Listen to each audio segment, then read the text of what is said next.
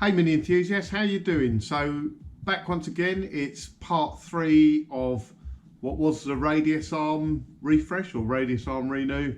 That's now turned into a subframe as well. So yeah, escalated a bit, but what's got to be done has got to be done. And as a few people quite rightly pointed out, it'd be much better to find out about it now than when you have an accident or something like that and find out the subframe fell to pieces or crumpled. So you know, it's almost a good thing, I guess. So yeah, let's crack on. Got to try and get that broken bolt, what's left of it, out the heel board. Hopefully that'll come out all right. I'm going to try welding a nut onto the broken part that's left over. I'll show you that in the video. So I thought I would start cleaning up the heel boards, just getting them prepped for the new subframe when I get it. And yeah, as you can see, the metalwork's not that great round here, and I started poking where bits looked a bit rusty, and yeah, managed to poke a hole here, so that's going to want a new heel board.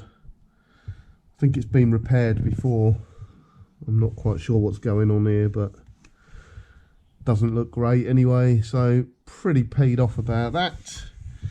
Of course, the worst thing is this heel board, on the back of these bolts there's like a strengthening bracket that fits inside that needs welding, so I don't know how I'm going to weld that.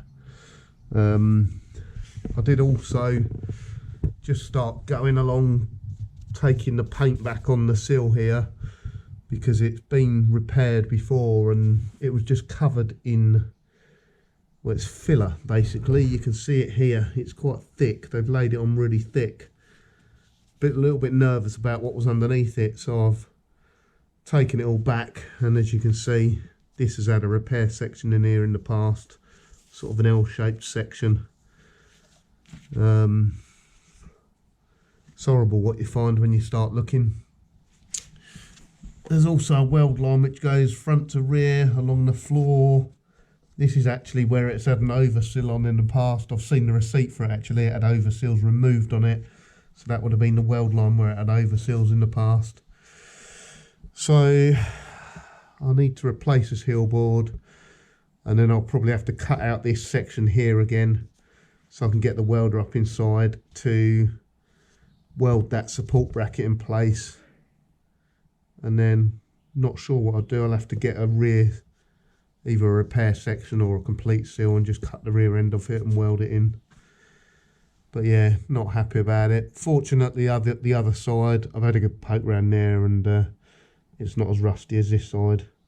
Which is no surprise, this is the near side of the car, it's the side that goes through all the puddles and everything. Back on PO again this evening. Really struggling to get the motivation to do the work on it. I guess I'm probably a little bit disheartened. It's a right mess down here. It's not going to be easy to fix. A bit worried about damaging the paintwork when I do it. Yeah, I've just lost my mojo lately. I just cannot get enthused to do it. I'm sure everyone suffers with the same problems every now and again. But we got some bits anyway, which I thought I'd show you. So, bit of an order from them machine. So, we got a complete seal. Won't be using all that seal. All we'll be using is this rear quarter section here. So I'll be cutting that out, welding that in. And if I decide to do both sides, I'll just cut another bit out a little bit further along, but I'm not going to replace the whole seal, it doesn't need doing. And then I've got heel boards for both sides.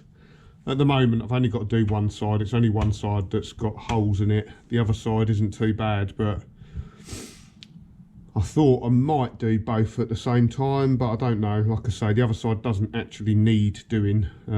It's not that bad, but it's one of those things I might get stuck into it and just decide to do it anyway. So we've got the heel board. Won't be using all of that heel board. Probably only be using that rear section of it there. I think it's spot welded inside the car there, but we're only going to use a section out of that just to repair. And then this plate is a subframe closing panel, I believe. That goes on top of the heel board like that. And then finally That's kind of the inner bit of the rear wheel arch that goes in like so. So first thing we've got to do is get cut out all the old metal. Thought I'd also show you while I'm here some welding gas. I use the mini mig bottles which come from Halford's Argo mix bottles, those little ones like that. They're extremely expensive to use because they're about 15 quid a bottle. They last about 10 minutes.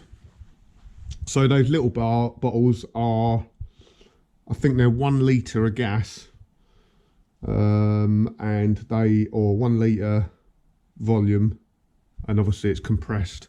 So it's 1 litre compressed at 60 bar. These bottles are 2.2 litres compressed at 100 bar. So they should last 3 or 4 times longer than the small bottles, but that's 3 times as expensive. So is it any better value? Marginally maybe. We'll see. Let's see how we get on with it. So I'm probably not going to film this bit. I won't time lapse it because it's just boring. Camera gets in the way and it's a pain, to be honest. I'll show you once I've cut it out. So we've got to cut out rear heel board here, subframe closing panel up inside there, and we're going to cut out this part of the sill here, and then we'll see what it looks like from there. Wish me luck. Right guys, so a couple of hours later, a whacking great big hole. So we've got to do the inner sill, outer sill, rear heel board, subframe closing panel. As with anything on a Mini, you know, little holes turn into big holes.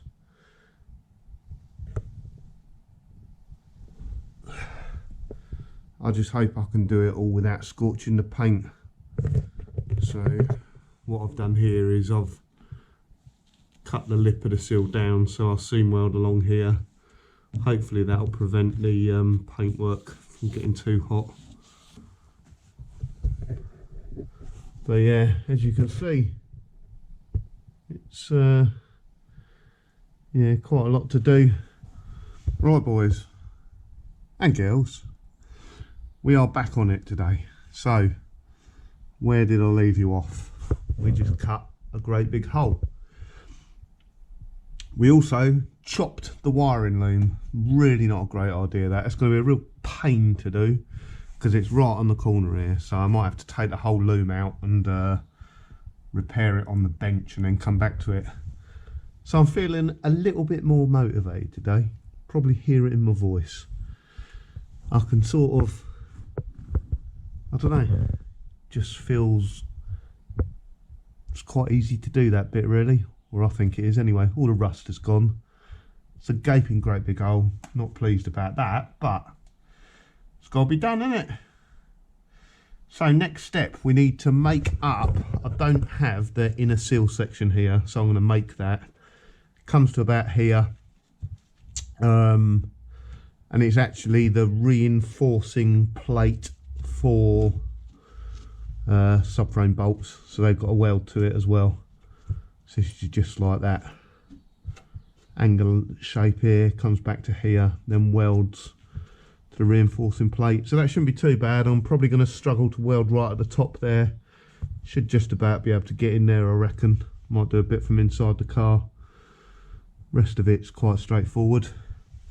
And in true Fab style, so I don't know whether you watch Fab, I do. I think he's a genius with metal, genius at welding. We have the best welding templates known to man, the cereal box. We're going budget today, so crunchy cookie, crazily crisp from Tesco's.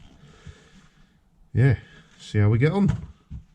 What I'm having to do here is, it's all been waxed on the inside pretty well, obviously not well enough because it still went rusty, but yeah, that wax when you start welding catches light pretty easily. So I'm just, where I'm going to weld, I'm just heating it up first, and rubbing off the wax so I don't have any problems.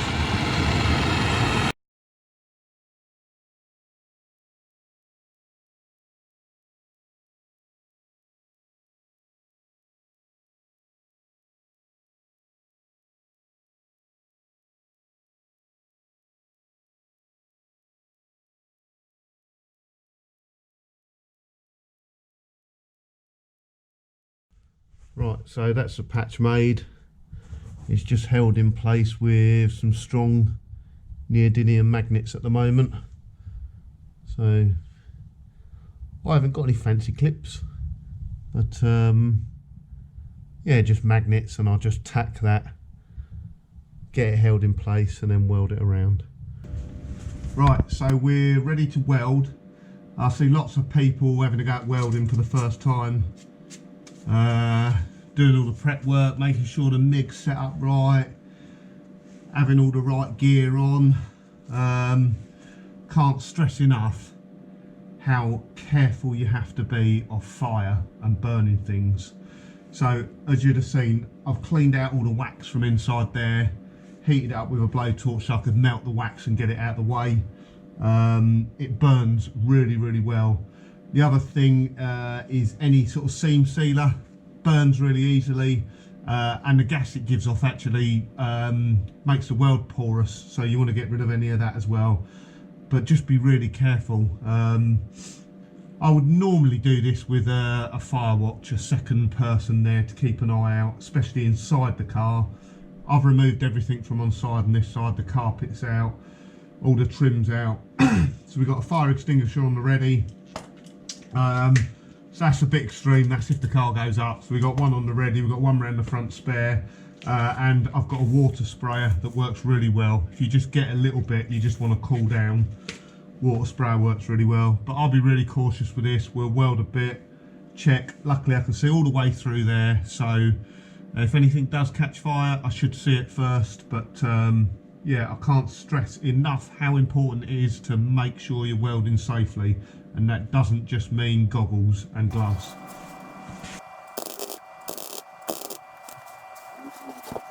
Bit more wire speed.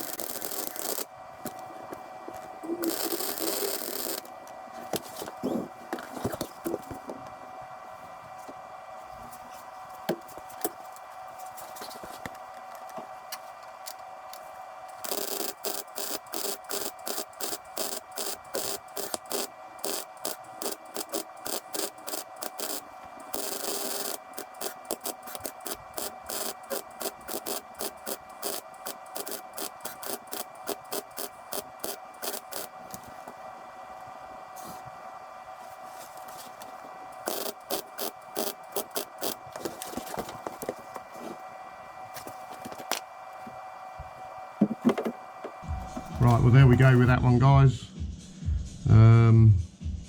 Yeah, continuously seam welded the whole way round, and then I've ground it back with a flat wheel. Obviously can't get right up inside of there with a flat wheel, but that's seam welded down the side, and it's just not pretty, but that's tack welded onto that like inner seal strengthener there. Like I always say to the guys that are kind of starting out with welding, no one's perfect, and as long as you get good penetration, it's all down to cleaning up with the grinder. So generally what I do after I've welded, I'll stick the light inside now, shine it behind the weld, just looking for any gaps, any pinholes in the weld, and if there is, I'll just go back and give it a quick once over again.